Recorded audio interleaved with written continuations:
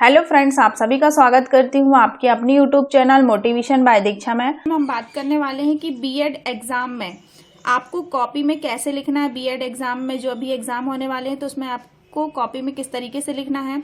चाहे आप बीएड का एग्ज़ाम दे रहे हो या एमकॉम का दे रहे हो फ्रेंड्स, या एमएड का हो, बीए बीएड कोई भी एग्ज़ाम हो, तो उसमें राइटिंग वर्क आपको किस तरीके से करनी है, कितने पेज में आंसर लिखना है, लॉन्ग आंसर कितने पेज में लिखना है, शॉर्ट आंसर कितने पेज में लिखना है, और सबसे इम्पॉर्टेंट पॉइंट है कि टाइम मैनेज। एक क्वेश्चन जो शॉर्ट क्वेश्चन रहता है उसके लिए हमें टाइम कितना देना है, लॉन्ग क्वेश्चन के लिए कितना टाइम देना है, और कॉपी में लिखने के लिए कौन कौन से पेन का हम यूज़ कर सकते हैं।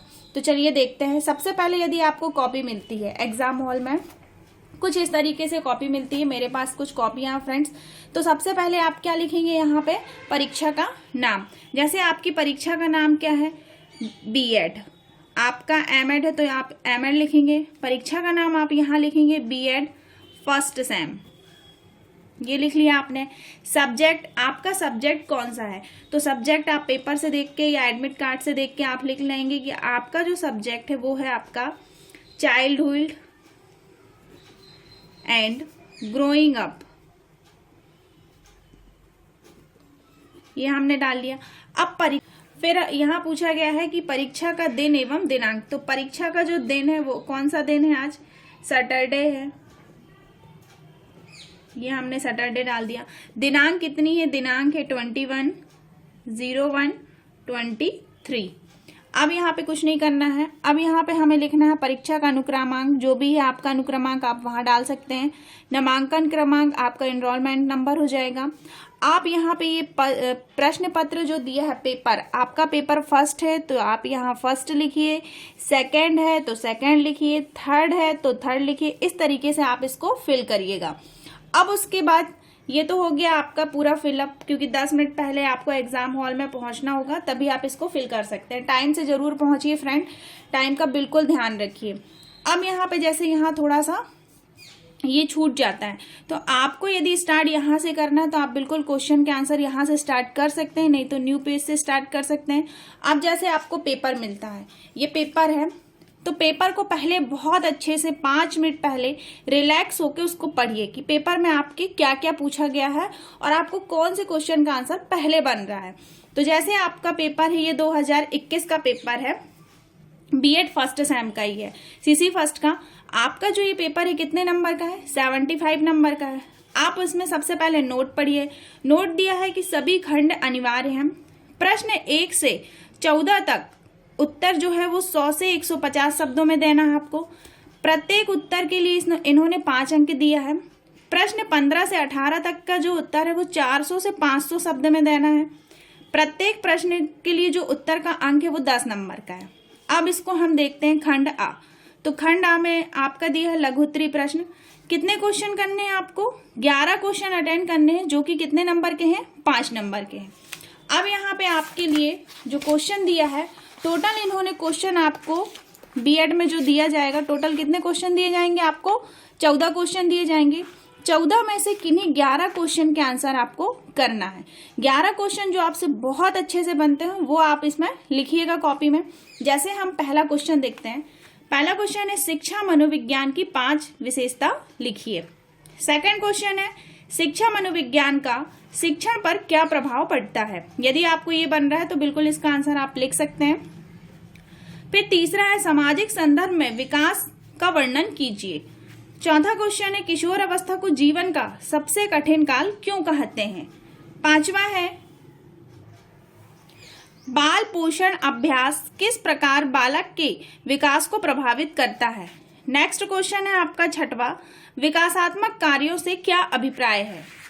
अगला क्वेश्चन देखते हैं 7वां, संवेगों के विकास में परिपक्वता की भूमिका को लिखिए। 8वां क्वेश्चन है बालक के समाजीकरण में संगी साथियों की भूमिका बताइए। नेक्स्ट है संघर्ष के 5 प्रकार लिखिए। अगला क्वेश्चन है 10वां, शहरी मलिन बस्ती तथा सामान्य क्षेत्र के बच्चों के विकासात्मक पक्ष में क्या असमानताएं देखी जाती हैं। फिर नेक्स्ट क्वेश्चन है भाषी विकास पर संचार साधनों का क्या प्रभाव है। अगला क्वेश्चन है माता पिता की अभिवृत्तियों का बालक के व्यक्तित्व पर क्या प्रभाव पड़ता है बताइए। ये कितने क्वेश्चन पढ़ लिए हमने? टोटल 12। अब अगला क्वेश्चन हम पढ़ते हैं 13वां। ये फ्रायड जो है, इनका पूरा नाम है सिगमंड फ्रायड। तो फ्रायड के अनुसार व्यक्तित्व के काम संबंधी स्तर लिखिए। 14 क्वेश्चन है, लिंग भूमिका को प्रभावित करने वाले मुख्य कारक बताइए। तो फ्रेंड ये टोटल आपकी जो 5 नंबर के कितने क्वेश्चन करने हैं आपको? कोई 11 क्वेश्चन अटेंड करने हैं। अब हम आते हैं खंड बा में। तो खंड बा क्या है? दीर्घ उत्तरी है, लॉन्ग आंसर टाइप क्वेश्चन। यानी कि आपको नोट क्या दिया, नोट पढ़िएगा जरूर। किन्हीं 2 प्रश्नों के उत्तर देना है आपको। शब्द सीमा है 400 से 500 शब्द। अब 4 क्वेश्चन दिए हैं, इनमें से कोई आपको 2 करना है, जो 2 आपसे बहुत अच्छे से बन सकते हैं। पहला क्वेश्चन दे दिया है कि व्यक्तित्व मापन की विधियों का वर्णन कीजिए। अगला क्वेश्चन है वंशानुक्रम और पर्यावरण के विकास पर क्या प्रभाव पड़ता है, स्पष्ट करिए। नेक्स्ट क्वेश्चन है एरिक्सन के व्यक्तित्व सिद्धांत का वर्णन कीजिए। देन नेक्स्ट है बालक में संज्ञानात्मक विकास किस प्रकार होता है। संज्ञानात्मक विकास में शिक्षा की भूमिका को स्पष्ट करिए। अब हमने क्वेश्चन को पूरा एक बार रीड कर लिया है, उसके बाद अब हमें कॉपी में कैसे लिखना है तो देखते हैं। अब आप 10 नंबर का क्वेश्चन किस तरीके से और कितने पेज में लिखेंगे। फ्रेंड्स आपका 10 नंबर का जो क्वेश्चन है खंड बा, और 10 नंबर के लिए हमको कम से कम 4 पेज लिखना होगा। ये हो गया पहला पेज, फिर उसके बाद ये हो गया आपका दूसरा पेज, ये आपका हो गया तीसरा पेज, और ये आपका हो गया चौथा पेज। तो कम से कम 10 नंबर के लिए आप कितने पेज लिखेंगे? 4 पेज लिखेंगे। इस तरीके से ये आपके 4 पेज हो जाएंगे। अब आपको लिखना कैसे है, कॉपी में इस तरीके से लाइन खींचना होगा, क्योंकि कई बार लाइन खींची नहीं होती कॉपी में, तो आप इसे ब्लैक पेन से खींच सकते हैं। और इस साइड भी थोड़ी सी ही लाइन खींचना है, ज़्यादा स्पेस नहीं देना है। ये देखिए ये हो गया, और इसके अंदर ही आपको अपने आंसर लिखना है। लिखने का तरीका बता दूं, जैसे आपके पास यहाँ 4 क्वेश्चन दिए हैं, आपको 4 में से 2 जो भी बन रहे हैं आप उनको बहुत अच्छे से लिख सकते हैं। जैसे मैंने यहाँ टिक लगा लिया कि वंशानुक्रम और पर्यावरण पर विकास का क्या प्रभाव है। तो हम यहाँ पे सबसे पहले ऊपर लिखेंगे, क्या लिखेंगे यहाँ पे हम ऊपर? खंड बा। हमें ब्लैक पेन से लिखना होगा। ऊपर की जो हेडिंग है खंड बा। खंड बा में कौन सा क्वेश्चन है हमारा? दीर्घ उत्तरी है, तो यहां लिख लेंगे हम दीर्घ उत्तरी प्रश्न। ये हमने दीर्घ उत्तरी प्रश्न डाल लिया। उसके बाद यहाँ पे आप क्वेश्चन नंबर लिखिए। क्वेश्चन नंबर जैसे हमने 16 लिखा है, ये क्वेश्चन नंबर 16 है, कॉपी में हम लिख लिए क्वेश्चन नंबर 16। क्वेश्चन क्या दिया गया है कि वंशानुक्रम और पर्यावरण के विकास पर प्रभाव स्पष्ट कीजिए। हमने यहाँ हेडिंग डाल ली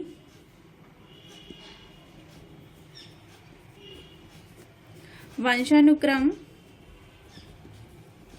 और पर्यावरण का विकास, इसका हमको आंसर देना है। ये हमने हेडिंग डाल ली। अब हम क्या करेंगे, इसमें इसके लिए हम इंडेक्स बनाएंगे। इंडेक्स बनाने के बाद प्रॉपर इसमें हम 2 मनोवैज्ञानिक के अनुसार परिभाषा लिखेंगे। जैसे कि मैं आपको बता दूं कि इसमें किस तरीके से लिखना है हमको। तो ये हो गया हमारा आंसर वंशानुक्रम और वातावरण। तो सबसे पहले हम वंशानुक्रम का अर्थ लिखेंगे। तो यहाँ पे हम क्या डाल लेंगे, इंडेक्स बनाएंगे। तो यहाँ पे हम लिख सकते हैं इस तरीके से, इसको इंडेक्स बना के प्रॉपर, क्योंकि फ्रेंड्स ये 10 नंबर का है। तो 10 नंबर का है तो आपको इंडेक्स बनाना जरूरी है। आप बताएंगे कि आपने क्या क्या लिखा है इंडेक्स बनाकर। ये इंडेक्स बना लीजिए। अब यहाँ पे पूछा क्या गया है कि वंशानुक्रम और पर्यावरण। तो आप सबसे पहले वंशानुक्रम के बारे में बताएंगे, क्या क्या लिख रहे हो यहाँ लिख दो। वंशानुक्रम का अर्थ, ये हमने अर्थ बता दिया। सेकंड लिख देना वंशानुक्रम की परिभाषा। 10 नंबर का इसलिए हमें बहुत सारा लिखना होगा। फिर हम लिखेंगे वंशानुक्रम की विशेषता। फिर हम लिखेंगे वंशानुक्रम का सिद्धांत। फिर हम लिखेंगे वंशानुक्रम का नियम। अभी हम सिर्फ क्या बता रहे हैं, वंशानुक्रम। तो इस तरीके से हमने इंडेक्स बना लिया। अब हम क्या लिखेंगे, अर्थ। तो यहाँ पे आप लिखिए, ब्लैक पेन से हेडिंग डालिए और यहाँ पे सबसे पहला आपका पॉइंट रहेगा वंशानुक्रम का अर्थ।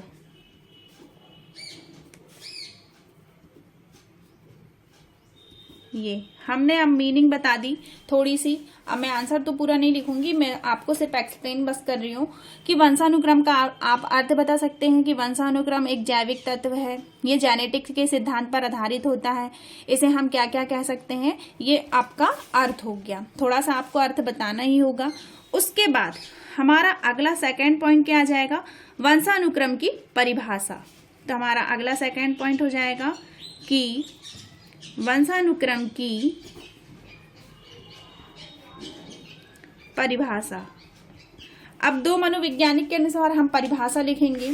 तो परिभाषा लिखने के लिए सबसे पहले आप कोई दो भी मनोवैज्ञानिक एकदम याद कर लीजिए, रट लीजिए। आपको परिभाषा मनोवैज्ञानिक के अनुसार लिखनी ही है। हमने लिख ली, फर्स्ट मनोवैज्ञानिक का नाम क्या लिख लिए, जेम्स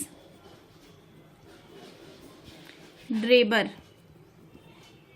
ये मनोवैज्ञानिक हो गए, ब्लैक पेन से इसको लिखा। उसके बाद इन्वर्टेड कॉमा लगाया और फिर हमने पूरी परिभाषा यहाँ से लेकर यहाँ तक पूरी लिख दी और उसके बाद हमने क्या किया, इन्वर्टेड कॉमा क्लोज कर दिया। इस तरीके से आपको परिभाषाएं लिखनी है, कम से कम दो मनोवैज्ञानिक के अनुसार। फिर इसके बाद आप विशेषता बताइए, सिद्धांत बताइए और फिर नियम बताइए। इतना कंप्लीट हो गया। उसके बाद फिर आप पर्यावरण के बारे में बताइए कि पर्यावरण क्या होता है। इसी तरीके से आप पर्यावरण का इंडेक्स बनाइए, तब जाके आपका ये 10 नंबर का क्वेश्चन कंप्लीट होता है। फ्रेंड्स, यदि आप इस तरीके से लिखते हैं तो एग्जामिनर जो रहता है वो कॉपी बहुत अच्छे से देखता है और ये भी देखता है कि आप कितने इंटेलिजेंट हैं, आपको ये सारी चीजें स्टेप बाय स्टेप बन रही हैं या नहीं। और सबसे पहले आपकी राइटिंग प्लस आपकी स्पीड दोनों ही मायने रखता है। राइटिंग और स्पीड आपकी होनी चाहिए। ये तो हो गया हमारा कितने नंबर का क्वेश्चन, 10 नंबर का एक क्वेश्चन हमने कंप्लीट कर लिया। इसी तरीके से आप 10 नंबर का दूसरा क्वेश्चन आप देख लीजिएगा। अब हम आते हैं 5 नंबर के क्वेश्चन के लिए। तो 5 नंबर के क्वेश्चन के लिए आपको कितने पेज लिखना है। जैसे पहला क्वेश्चन हमने लिखा कि शिक्षा मनोविज्ञान की 5 विशेषता लिखिए। हम देखते हैं, पहले पेज डिवाइड कर लेते हैं कि हमें कितने पेज लिखना, क्योंकि हमारे ये 10 नंबर के लिए तो हमने 4 पेज तो डिवाइड कर ही लिए हैं। अब हम किस में आते हैं, अपने 5 नंबर वाले क्वेश्चन के लिए। तो 5 नंबर वाले क्वेश्चन के लिए हमें कैसा लिखना होगा, 1 पेज, 2 पेज